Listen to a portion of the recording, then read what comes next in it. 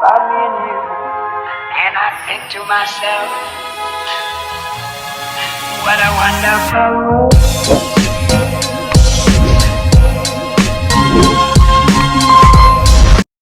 Hapon. Ay, magandang hapon. Nakakausap niyo na po si Jeffrey. Hello po. Hello, Tay. Hello. Magandang hapon, sir. Ay, magandang hapon.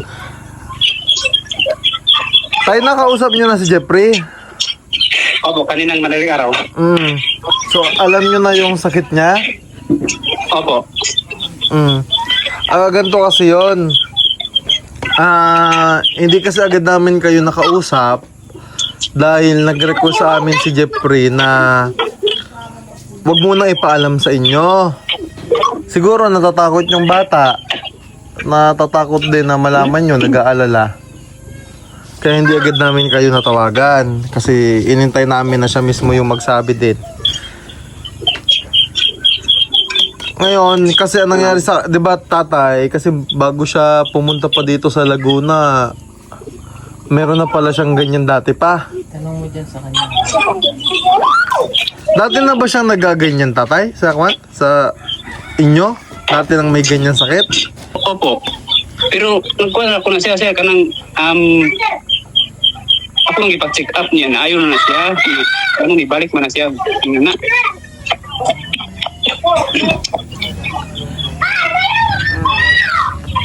Pero dati, ganyan na ba siya dati? Opo, akala ko wala na. Sige. Ginaano ko siya, ipa-check up sa Patibato. Kailang ayaw na niya. Opo. Kasi tatay, ganito noong edi yun na nga, tapos, pina-check up namin, okay naman lahat ng lab test. Okay lang, walang nangyari. Binigyan siya ng gamot ng doktor niya. Ang problema, hindi niya pala ininom. Hindi niya ininom yung gamot. Ngayon, lumala yung sakit. Nung isang gabi, bago siya isugod, So, ang ginawa namin, pinakonfine siya ni Kuya Paul. Ngayon, after noong mga test, doon lumabas na meron siyang So, fungal, kasi yung tatay ibang klaseng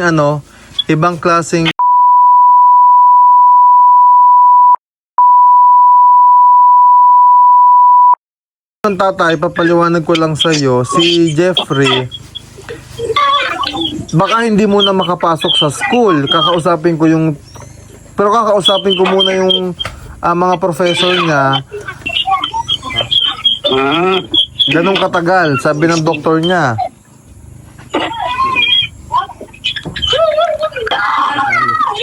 May sa ngayon, sir, sinabihan ko si Jeffrey kanina na okay lang ba yung mga katawan niya? Sabi niya, okay lang daw. Sabi niya. Nakita ko sa kanya sa kanyang katawan is may parang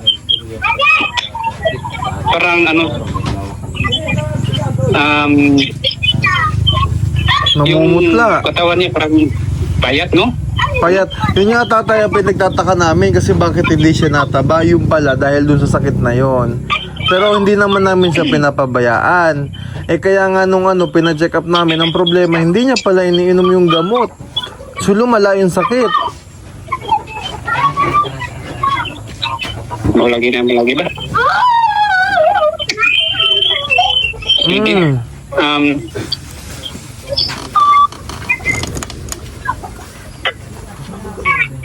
Parang meron parang gamot hindi niya ininom. Pero ngayon, naka-confine pa siya sa hospital. So maraming kailangan gawin, madaming proseso. Mga ilang araw pa sir makalabas sa ospital yung Yun ang si hindi Jeffrey. ko pa alam, tatay. Kasi iniintay pa namin yung isang test niya. Pinadala yung specimen, pinapadala pa sa Makati Med.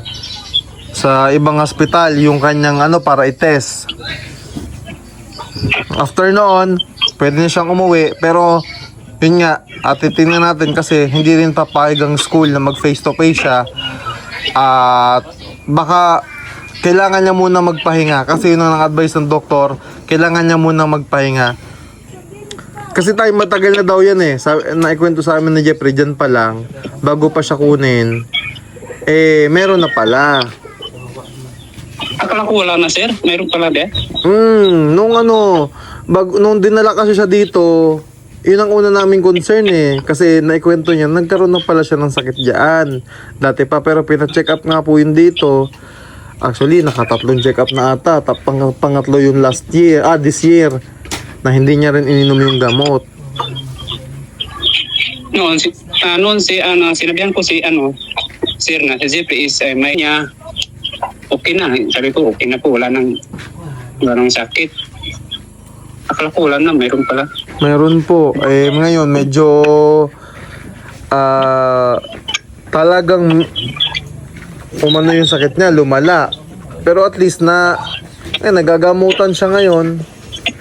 Yung nga lang hindi muna siya makakapasok sa school. So matatagalan, nakabakasyon lang siya. Okay. Nasabi kasi sa akin ni Jeffrey na gusto mo daw siyang pauwiin. Opo, sabi naman niya ayaw ko pang umuwi, gusto ko pang mag-aral, sabi niya. Advice din po ng doktor na hindi muna siya pwedeng yung may stress din, ganyan. Sa ngayon sir, ano ang advice niyo para sa akin at sa Jeffrey? Sa akin kailangan niya magtuloy-tuloy ng gamot. Kailangan yon. Tapusin niya muna yung gamutan. Pero yung gamutan naman na yung tatay, hindi sa ospital. Sa bahay lang yon. So doon lang siya. Ang inaalala ko din kasi dito, baka naman mag-isip siya kasi nasa bahay lang siya. Ang pinoproblema ko doon, baka ma-stress. Kasi bawal siyang pumasok.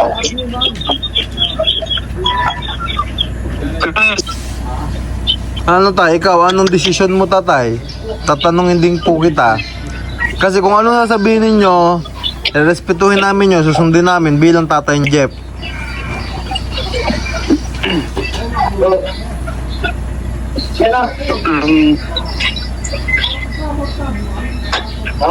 Kasi si Jeffrey gusto niyang mag-aral. Totoo po yun, masipag, magaling.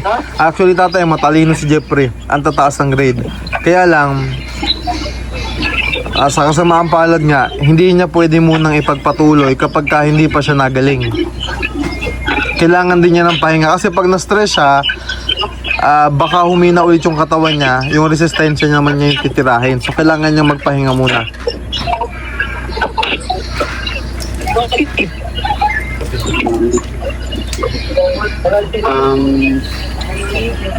Kamo sir,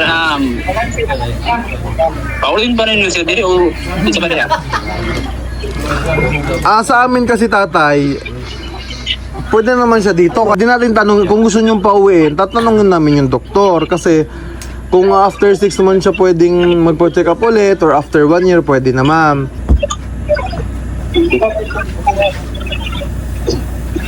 Pero wag naman kayo mag-alala kasi yung gamutan niya tuloy-tuloy naman. So gagaling si Jeffrey basta ma-monitor na iniinom niya yung gamot niya. Yun ang importante. Inom niya yung gamot niya ng tuloy-tuloy, walang problema, gagaling yung bata.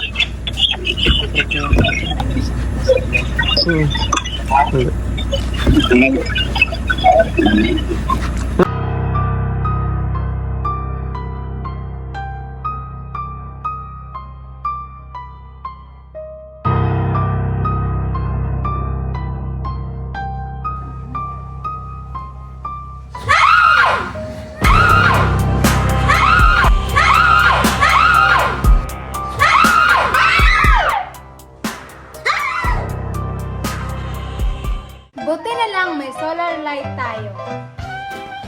Huwag na kayo matakot. Available na po ating emergency light. Ito po ay mayroong USB charging. Po kayo mag-charge ng cellphone po dito. Mayroon po itong magnet na pwede niyong idikit bubong ng bahay niyo. Ito po ay pang-emergency. Pwedeng dalhin kahit saan. For only 1,600! Shipping nationwide. Kaya ano pa kung hinihintay nyo? Please na po kayo sa BB Team Solar. Maraming salamat po! Bye-bye! Bye-bye!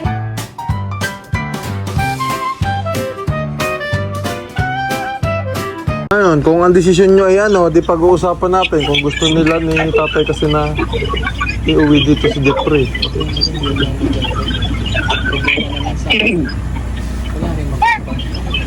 Kasi tatay, ganito, pag iisipin namin, ano, pag-aralan namin mabuti. Kasi kung siya ba ay uuwi dyan sa inyo, mababantayan nyo yung ano, pag inom niya ng gamot. Kasi yun ang naman kailangan eh. Kailangan niya lang inumin yung gamot ang tuloy-tuloy. Okay. So may Hindi nyo bibilin yung gamot, tatay. Hindi nyo bibilin yung gamot. Si Jeffrey ay bibilhan na namin ng gamot ng, halimbawa, sinabi ng doktor, yung gamot niya ay sa loob ng 1 taon. Then after 1 year, saka siya magpapacheck up. O, bibilin na natin yung gamot ng 1 year. Kaya lang, kung gusto nyo siyang umuwi dyan, kailangan nyo lamang ma-monitor na everyday, mabantayan siya everyday na iniinom niya yung gamot niya. opo. So, sa ngayon, sir, dito muna si Jeppe. Kung yun ang gusto ninyo, pagpapaalam ko kay Pugong Biyero, kay Kuya Paul. Okay. So, okay naman po, sir. Mas gusto nyo ba na nandiyan dyan si Jeffrey? Opo pa. Ano pa eh. Gawin natin, tatay, kung gusto nyo dyan pauwiin si Jeff, alangan naman namin pigilan din namin. Pero, hindi titigil yung pag-aaral niya ng ano, kumbaga, magbabakasyon lang siya ng matagal. Pero babalik siya dito kasi matalino yung bata. Kailangan niya magtapos ng pag-aaral. Kailangan niya lang palakasin. Ang hinihiling ko lang sa inyo, tatay, kung si Jeffrey ay uuwi dyan, pamonitor lamang ng pag-inom niya ng gamot everyday. Kailangan hindi liliban. Kailangan hindi lalampas na yung araw na hindi niya naiinom yung gamot niya. Kasi kapag may isang araw na hindi siya nakainom ng gamot, magbaback to zero. So, kailangan tuloy-tuloy. Sige, sir. Sige. Huwag kayong mag-alala, tatay, kasi ano naman, si Jeffrey hindi naman din pinapabayaan. Merong nagbabantay sa kanya na matagal na rin namin kakilala at kaibigan na rin ni Jeffrey yun. Parang pamilya na rin namin. May nagbabantay sa kanya doon. Sige, sir. Wag din kayo, pasensyahan mo na rin, tatay, ha. Kung ngayon lang natin na napag-usapan ng mas malinaw kasi nga iniintay ko pa rin yung desisyon ni Jeffrey na sabihin sa inyo. Kasi syempre may edad na rin naman si Jeffrey, nasa tamang edad na. Yung request niya kasi na wag muna sabihin sa inyo ay sinunod namin. Ay since nagkausap na kayo, sabi ko po kay Jeffrey, kausapin ko na kayo ng maayos. Sige. Sa ngayon, sir, si Jeffrey is sa ospital pa ngayon. Nasa ospital, pero kaya mag-alala, okay siya. Okay na okay. Ang sabi nga ng doktor niya, pwede na siyang lumabas. Yung isang doktor niya, pwede na siyang lumabas anytime. Kaya lang, yung isang espesyalista kasi, hindi pa siya pinapalabas kasi iniintay pa yung result nung isa niyang test, lab test na pinagawa sa kanya. Sige, sir. Kaya mag-alala at ano naman, gagaling din naman si Jeffrey. Kailangan lang magtuloy-tuloy yung gamutan. Sige. Antay lang ako, sir. At kung ano man yung i-update ko kayo palagi. Mag-message ako sa inyo. Tapos tatawag ako sa inyo. Kasi paluwas kami ng Manila eh. Mag-uusap din kami. Kakausapin ko si Jeffrey.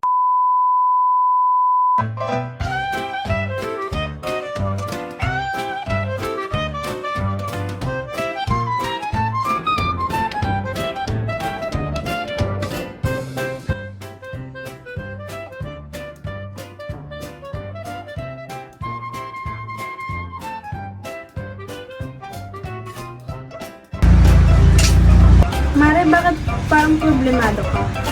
Eh, paano ba naman, Mare? Ang laki ng bill ko sa kuryente. O bakit, Mare? Magkano ba?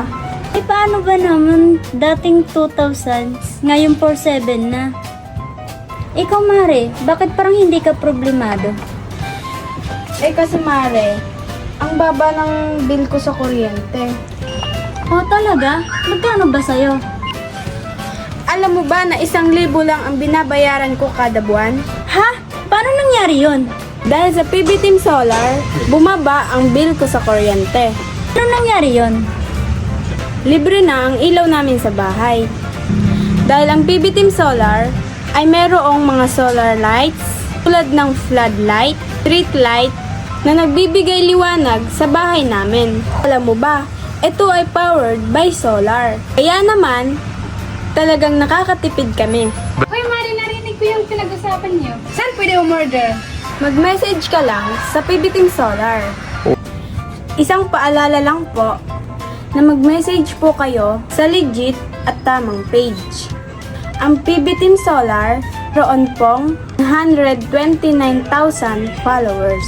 At nandito po sa inyong screen ang mga pwedeng tawagan na tao at mga contact number nila. Muli, maraming salamat po sa inyo.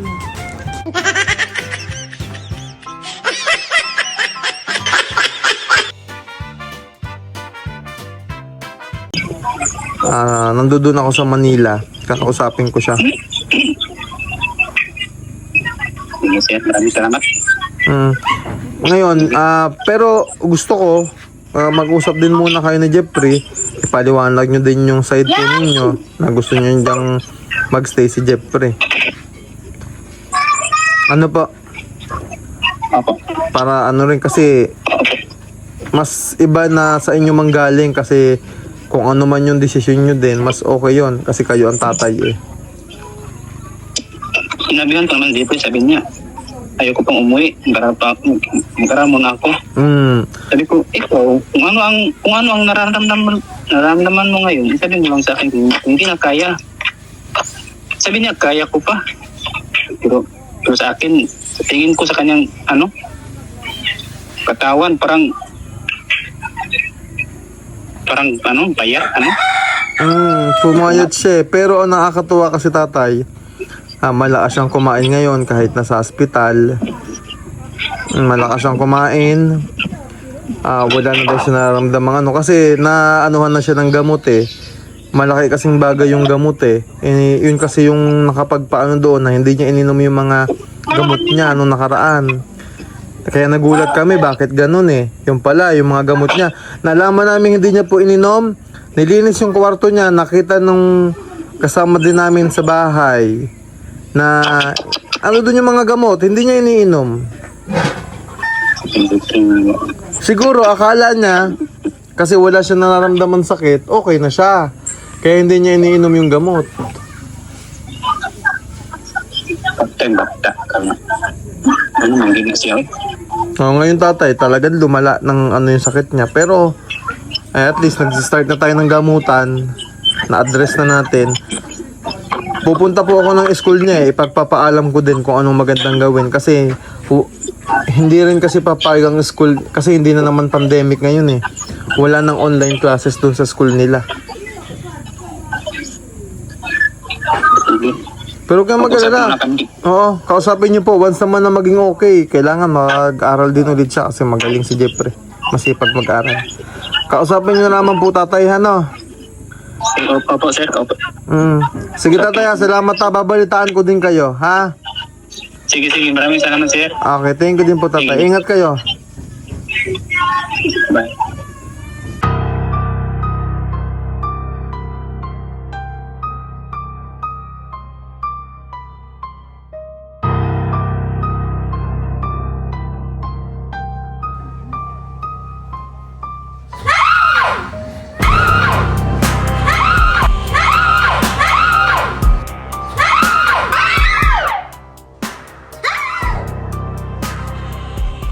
Buti na lang may solar light tayo. Ay, huwag na kayong matakot.